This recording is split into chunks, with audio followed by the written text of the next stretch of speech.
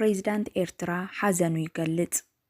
ፕሬዚዳንት ኢሳያስ አፈወርቂ ብሞት ርእሰ ሊቃነ ጳጳሳት ፍራንሲስ ዝተሰምዖ ሓዘን ገሊጹ።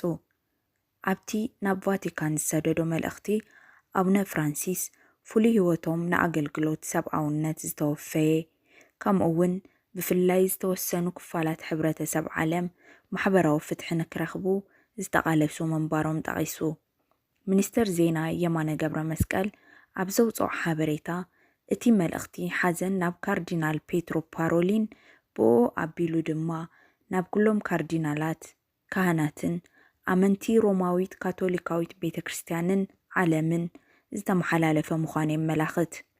ኣብዚ ቀረባ ዓመታት ምስ መራሕቲ ካቶሊካዊት ቤተ ክርስቲያን ኤርትራ ኣብ ምስሓብ ዝጸንሐ ፕሬዚዳንት ኢሳያስ እታ ቤተ ክርስቲያን ተካይዶም ዝነበረት ትካላት ጥዕና ኣብያተ ትምህርትን ከም ዝዓፀወ ይፍለጥ።